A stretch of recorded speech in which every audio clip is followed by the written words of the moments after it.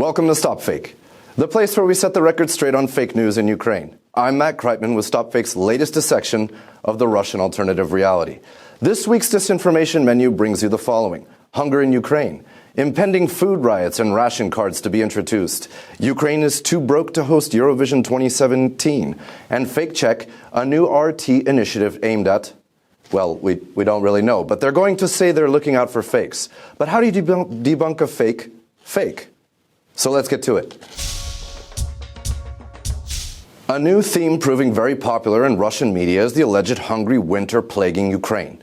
Leading the pack with this fake story is none other than the Russian Defense Ministry television channel Zvezda, which announced recently that hungry Ukrainians are scrounging for breadcrumbs, quite literally thrown to the birds. Zvezda's source is a Facebook post by Lada Laferova from Odessa. Miss Laferova claims that she herself saw a poor woman eating bread someone had thrown to pigeons.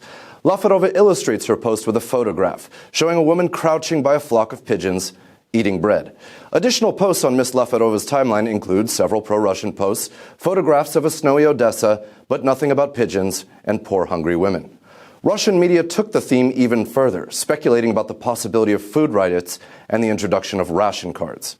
RT's Russian language site writes that ration cards in Ukraine are a future certainty, citing economist Oleg Benzin, who claims that without such a program, social rest is inevitable. Russia Today's story links to RIA Fan, its original source.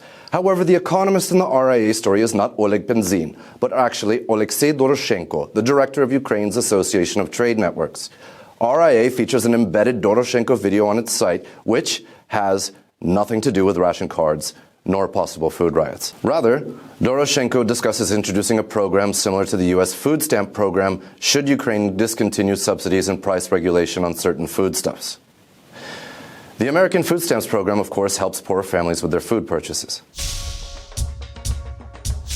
Last week, Russian media were busy disseminating fake stories claiming that Ukraine had deliberately cut water supplies to the self-proclaimed Luhansk People's Republic in the eastern part of the country. Russian media cited regional water utility company Luhansk Voda, who announced on March 11th that water supplied from a regional pumping station located on free Ukrainian soil suddenly stopped pumping with any notice. Lenta.ru, a Russian news site, reported that Ukrainian authorities threatened to shut off water supplies because of unpaid bills. A local separatist site, Novorossiya News, declared that Ukraine was conducting genocide against civilians. On March 11th, Ukrainian authorities announced that a regional pumping station was damaged by separatist shelling. Leaving water supplies to the Luhansk area would be limited while repair works were underway. By evening, the repairs were complete and normal water supply to the area resumed. But Russian media preferred the water genocide version of the story. Ukraine has no money to conduct the 2017 Eurovision Song Contest, the Russian Defense Ministry television channel Zvezda declared this week. The Russian ministry claims to cite Ukraine's cultural minister, alleging he said Ukraine had no money, and also asked European investors to chip in and help. Ukraine's supposed inability to organize and finance this year's Eurovision is a favorite Russian disinformation topic launched almost immediately after Ukraine's Jamala won the 2016 Song Contest with her song 1944. Zvezda and other Russian media outlets have constructed a narrative declaring that first, Ukraine had no money to host the contest. Then, Kiev's alleged indecisiveness to host the event led to a discussion which Ukrainian city would host Eurovision 2017. This continued with speculation that a proper venue could not be found, that Ukraine lacked the technical capability to enable broadcasters to televise the event, and finally, that Kiev was hopelessly behind in preparing for the event. StopFake has debunked several of these fake Russian Eurovision stories, the latest of which, once again, claims that Ukraine's meager budget can't handle the cost of hosting the event. Ukraine's 2017 budget includes 456 million hryvnia, around $18 million, earmarked for the contest. The State Television and Radio Committee has oversighted the funds, while the National Public Television and Radio Company dispenses them accordingly. Kiev Mayor Vitaly Klitschko also announced that the city allocated $8 million for Eurovision. Money spent on preparations for the contest can be tracked on Ukraine's Prozoro, a public e-procurement system.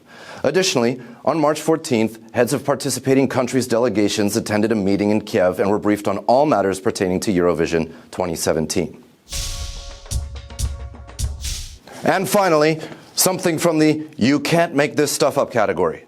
Yet another media outlet has joined the fight for truth amidst the ever-growing sea of fake news. No, it's not a new German initiative.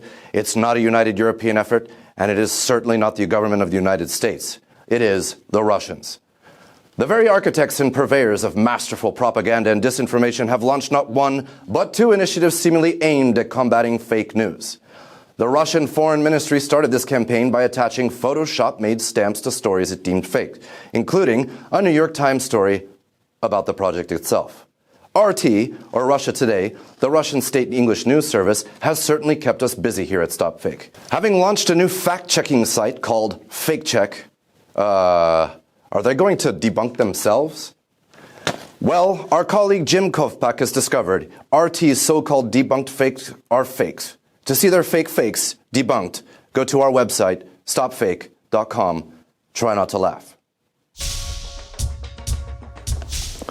That's it for this week. You can get more information about these stories and more on our website. Give us a click. Remember, be vigilant, be aware of fakes, and beware of fake fakes, and fake stop fakes.